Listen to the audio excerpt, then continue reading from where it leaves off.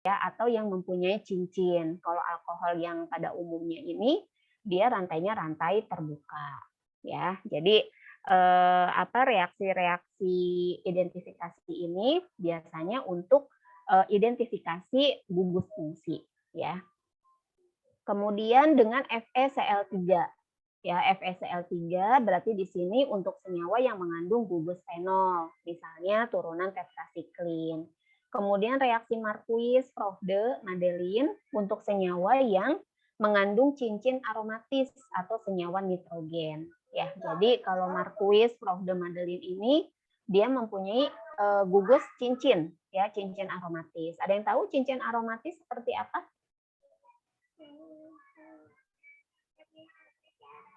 Cincin aromatis yang gimana? Sebentar ya, sebentar.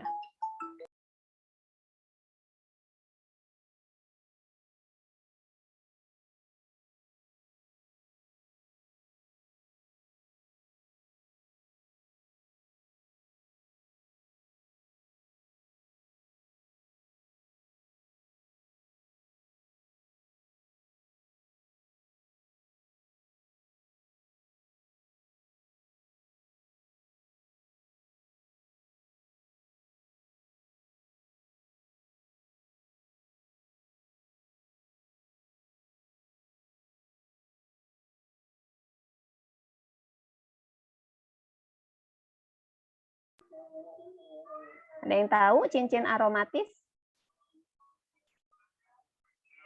Cincin aromatis yang gimana?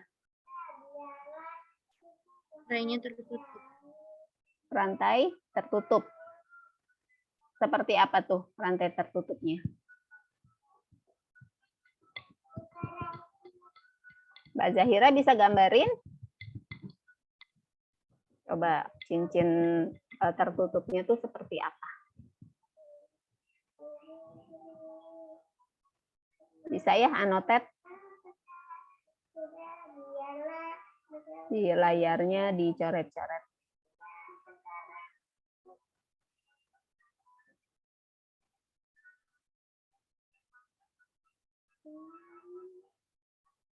Coba kamu nyanyi gitu yang.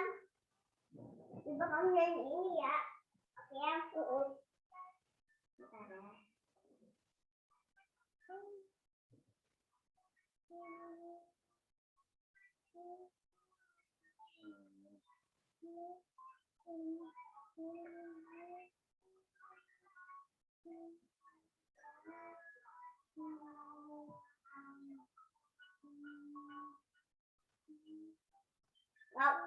Ya, kamu salah nyanyi. Ini bener. Oke, ya ini cincin aromatis ya, atau biasa disebut dengan benzen, ya betul. Nah kalau senyawa nitrogen berarti dia yang mengandung N ya, bisa N2, NH3 gitu kan, NO2. Nah itu termasuk ke dalam senyawa nitrogen. Ya, makasih Mbak Zahira. Kemudian reaksi dengan asam sulfat pekat, ya asam nitrat pekat atau campuran asam sulfat pekat dengan sedikit asam nitrat pekat untuk senyawa yang mengandung cincin aromatis. Ya, selanjutnya ada reaksi Fehling. Nah, reaksi Fehling ini untuk senyawa-senyawa yang reduksi. Kemudian reaksi dengan asam kromotropat dan asam sulfat pekat untuk senyawa penisilin. Nah, caranya dalam tabung reaksi kita masukkan 2 mg penisilin, kemudian kita tambahkan 2 mg natrium kromotropat dan 2 mili asam sulfat pekat, panaskan dalam penangas air, terbentuk warna yang berbeda untuk tiap senyawa dan tergantung pada lama pemanasan. Kemudian reaksi pembentukan asam hidroksanat untuk turunan penisilin. Kemudian ada juga reaksi Sakaguchi untuk senyawa yang mengandung gugus guanidin. Kemudian ada reaksi maltol. Nah, ini untuk streptomisin dan dihidrostreptomisin. Nah, ini lebih spesifik ke ini sih ya, macam-macam reaksi identifikasi untuk yang turunan antibiotik ya, golongan antibiotik. Kemudian identifikasi golongan antibiotik. Nah, ini kita sudah masuk ke salah satu senyawa obatnya ya. Jadi ada golongan penisilin. Nah, golongan penisilin turunannya ini salah satu contohnya adalah ampicillin. Ya, ampicillin merupakan obat yang paling banyak digunakan untuk mengatasi infeksi dari saluran pernapasan. Ya, biasanya bronkokonstriksi, saluran cerna dan saluran kemih. Ya, kita bisa lihat kalau dari struktur kimianya gitu ya. Kalau penisilin itu kan dia turunan dari golongan beta laktam ya, di mana beta laktam itu kan dia syaratnya mempunyai cincin beta laktam. Nah, ini adalah cincin beta laktamnya. Ya, kemudian selain itu juga ada cincin thiazolidinnya yang ini ya. Kemudian ini adalah si rantai samping ya, bagian sebelah kiri kan rantai samping ya. Kemudian dari sini ke sini ini adalah 6 APA ya. Jadi ampicillin ini ya memang dia adalah turunan dari penisilin karena memang mempunyai cincin beta laktam ya. Kemudian untuk ampicillin organoleptiknya di sini kalau kita lihat tadi kan organoleptik berarti berdasarkan sifat fisik ya yang dapat kita amati dari senyawa obat tersebut yang terdiri dari bentuk, warna, bau, rasa gitu ya. Kalau bentuk berarti di sini ampicillin dia serbuk hablur, kemudian warnanya putih, kemudian baunya tidak berbau atau hampir tidak berbau, rasanya pahit. Ya, kemudian kelarutan, larut dalam 170 bagian air, praktis tidak larut dalam 2,5 bagian etanol, dalam ether, dalam aseton, dan dalam minyak lemak. Ya, kemudian untuk pemeriksaan kualitatifnya, ke dalam suspensi 10 mg zat, dalam 1 ml air, ditambahkan 2 ml larutan Vehling encer, 2:6. Ya, jadi perbandingannya adalah 2:6. Ya, timbul warna ungu. Kemudian sampel ampicillin dilarutkan dengan aquades dan direaksikan dengan FeCl3 menghasilkan warna orange atau kuning tua. Ya, untuk identifikasi yang ketiga, suspensikan 10 mg dalam 1 ml air. Ya, artinya kalau suspensikan ini 10 mg-nya itu ya ampicillinnya. Ya, kemudian nanti dia ditambahkan 1 ml air gitu ya. Kemudian tambahkan 2 ml larutan kalium tembaga 2 tartat dan 6 ml air, segera terjadi warna violet. Nah, ini untuk yang amoxicillin. Ya, amoxicillin ini juga sama, dia masih turunan yang tadi ya, penisilin. Serbuk kristal putih, ini untuk ininya ya, organoleptiknya. Jadi dia bentuknya itu kristal putih, kemudian baunya spesifik. Nah, kalau dilihat dari kelarutannya, amoxicillin ini dia larut dalam 400 bagian air, 1000 bagian alkohol, 200 bagian metanol, sangat suka larut dalam ether, kloroform, dan minyak. Nah, untuk identifikasinya, kita pakai reaksi dengan asam kromatoprat, ya, panaskan pada 150 derajat Celcius selama 4 menit. Mula-mula dia tidak berwarna, kemudian timbul kuning, ungu, sampai dengan merah bata. Ya. Kemudian dengan reaksi Vehling akan menghasilkan warna-warna lembayung. Ya, berarti ini magenta ya. Lembayung ya, magenta ya. Kemudian larutkan 2 tetes anilin dalam campuran. Nah, di sini campurannya itu adalah 1 ml HCl dalam 3 ml air. Ya, jadi nanti anilin 2 tetes, kita tambahkan 1 ml HCl dan 3 ml air. Ya, dinginkan dalam es, lalu tambahkan larutan 200 mg natrium nitrit dalam 1 ml air. Tambahkan campuran ini setetes demi setetes ke dalam larutan 100 mg zat dalam 2 ml NaOH. Akan menghasilkan warna merah ceri tua dan endapan coklat tua. Kemudian dengan reaksi Milon akan menghasilkan larutan merah dan endapan yang lebih merah. Ini merupakan tes untuk fenol yang posisi ortonya bebas. Ya, ampicillin menghasilkan endapan putih dengan larutan yang berwarna kuning. Kemudian yang kedua, golongan cefalosporin. Kalau tadi ampicillin dan amoxicillin itu turunan penisilin ya. Nah, sekarang untuk yang cefalosporin.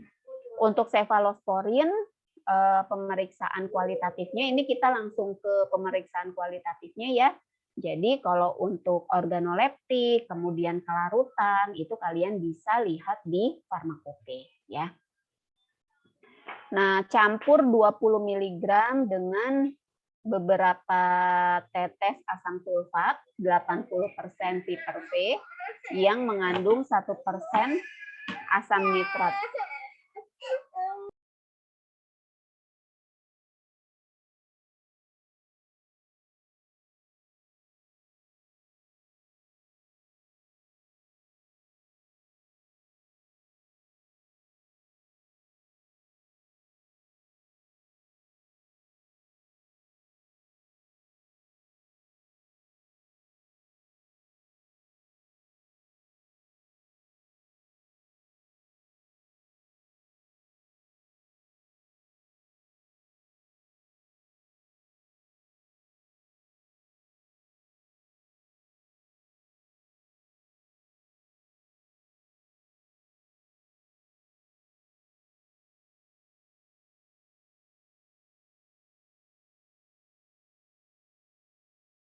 Maaf, mic-nya masih ke mute.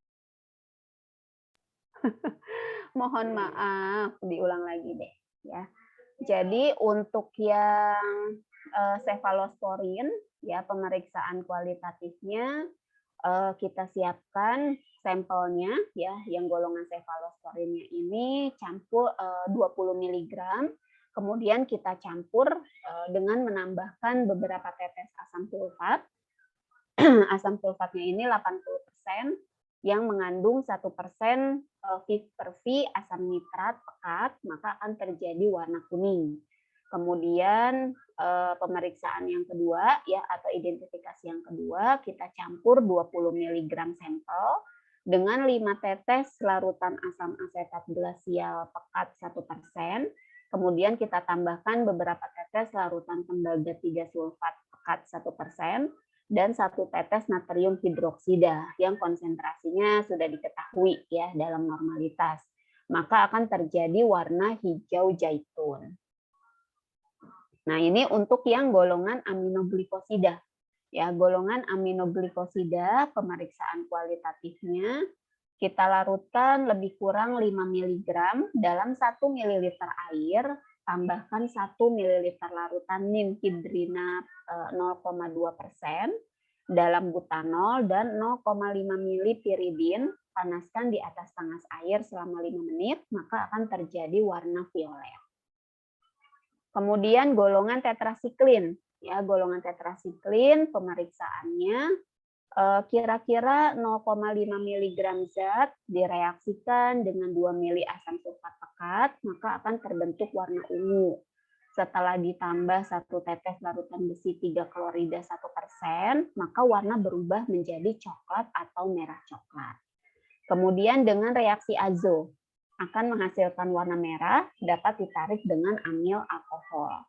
Kemudian yang ketiga, larutan zat ditambahkan dengan 1 tetes larutan FeCl3 1% akan menghasilkan warna coklat atau merah coklat. Kemudian dengan reaksi Marquis akan menghasilkan warna jingga lemah, dengan reaksi Frohde akan menghasilkan warna ungu hitam, dengan reaksi Mandelin akan menghasilkan warna ungu yang berubah menjadi merah dan lama-kelamaan menjadi jingga. Dengan reaksi Vitali akan menghasilkan warna kuning atau kuning kecoklatan. Ya, ini untuk yang golongan aminoglikosida. Kemudian golongan makrolida. Ya, jadi makrolida yang beredar di pasaran itu contohnya eritromisin, kemudian spiramisin, roksitromisin, klaritromisin, dan azitromisin. Ya. Nah, untuk pemeriksaannya kita bisa menambahkan lebih kurang 5 mg sampel, kita tambahkan 2 ml asam sulfat pekat, kita kocok perlahan-lahan, terjadi warna coklat merah. Ya, kemudian larutkan lebih kurang 3 mg dalam 2 ml aseton. Kita tambahkan 2 ml asam klorida pekat, terjadi warna jingga yang berubah menjadi merah dan kemudian menjadi merah tua keunguan. Ya, ini berarti identifikasi yang dijelaskan ini berarti memang spesifik ya untuk golongan-golongan tertentu. Kemudian contoh golongan makrolida. Nah, makrolida di sini ada eritromisin ya yang beredar di pasaran itu kan salah satunya eritromisin ya. Zat ditambah air, tambah asam sulfat pekat, kemudian dikocok, ini akan terbentuk merah coklat. Kemudian zat ditambah dengan reaksi Nessler akan terbentuk warna abu-abu hitam.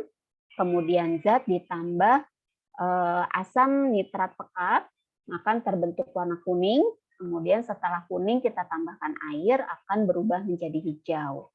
Kemudian zat dalam air ditambahkan 5 tetes kuprinitrat amoniak, biarkan 5 menit, kemudian dipanaskan, maka akan timbul warna abu-abu coklat.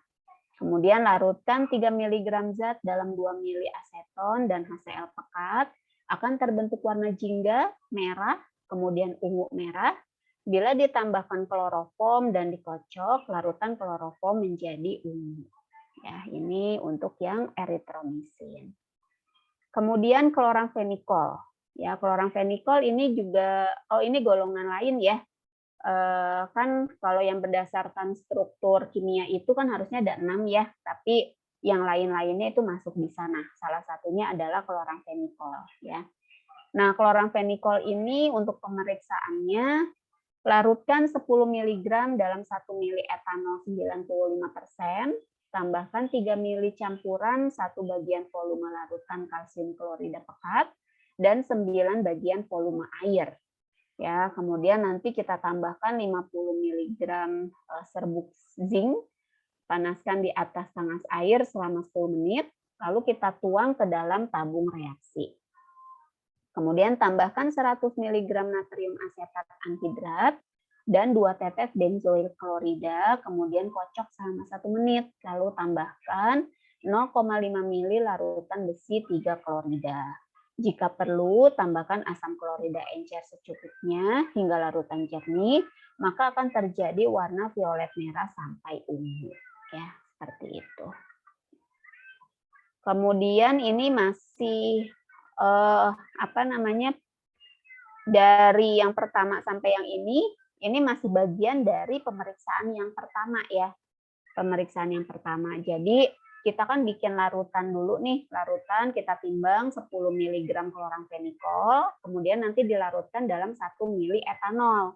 Ya, kemudian kita tambahkan 3 ml campuran dengan 1 bagian volume larutan kalsium klorida dan 9 bagian volume air. Nah, dari yang nomor 1 ini hasilnya, baru nanti kita tambahkan 50 mg serbuk zinc, kemudian nanti dipanaskan. Jadi ini kelanjutannya ya dari poin yang nomor 1 gitu ya.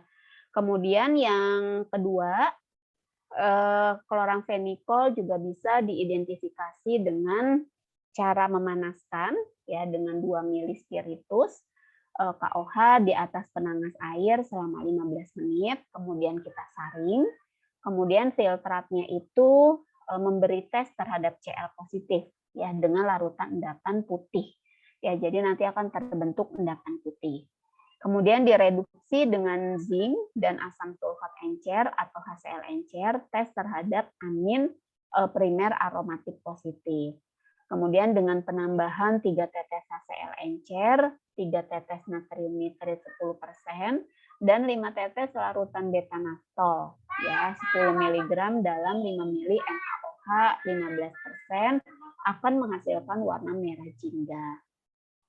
Kemudian larutan zat dalam piridin ditambahkan 2 ml larutan KOH 5%, panaskan 100 derajat Celcius selama 3 menit, lalu didinginkan, maka lapisan piridin akan berwarna merah dan lapisan air akan berwarna kuning. Oke, ini tugasnya ya. Jadi materinya sudah selesai untuk identifikasi golongan antibiotik ya, dan untuk materi minggu ini kalian ada tugas. Jadi tugasnya ini gabungan dengan materi yang minggu lalu ya. Yang pertama, apa sih tujuan kombinasi antibiotik? Nah, berikan contohnya. Ya, biasanya kan ada tuh salah satu antibiotik yang dikombinasi gitu ya. Nah, kira-kira alasannya kenapa gitu ya tujuan dilakukan kombinasi antibiotik tersebut. Kemudian kamu berikan contohnya ya.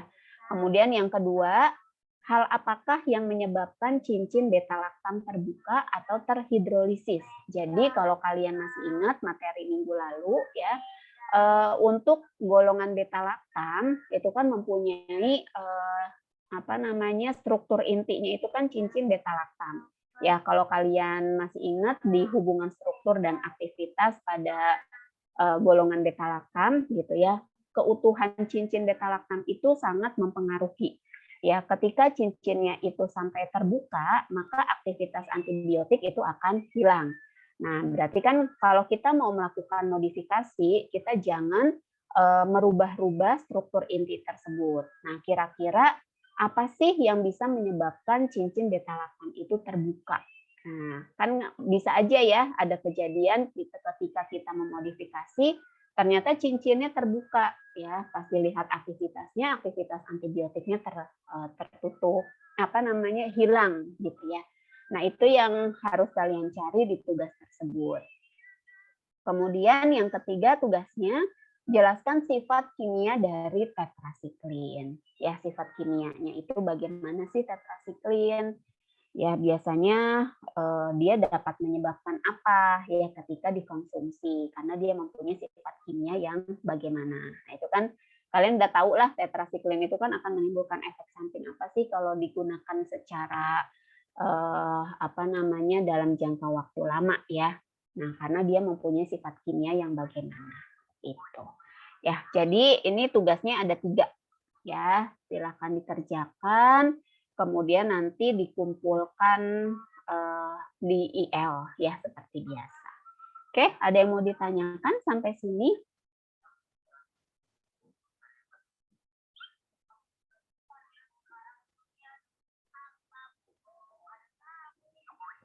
Di materi yang minggu lalu juga kalau nggak salah ada ya, mengapa cincin beta-laktam itu bisa terbuka.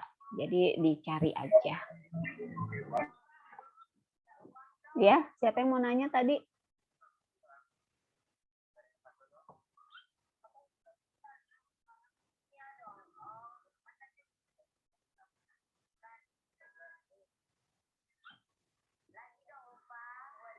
Materi hari ini memang lebih sedikit ya, karena kemarin kita banyaknya di minggu lalu. Ya, minggu lalu kan sampai 60 slide kalau nggak salah ya. Gitu. Ini harusnya masuk kemarin, tapi karena banyak ya materi yang kemarin, jadi disepakati kita bagi 2 ya untuk yang identifikasinya. Oke, saya sambil absen dulu ya.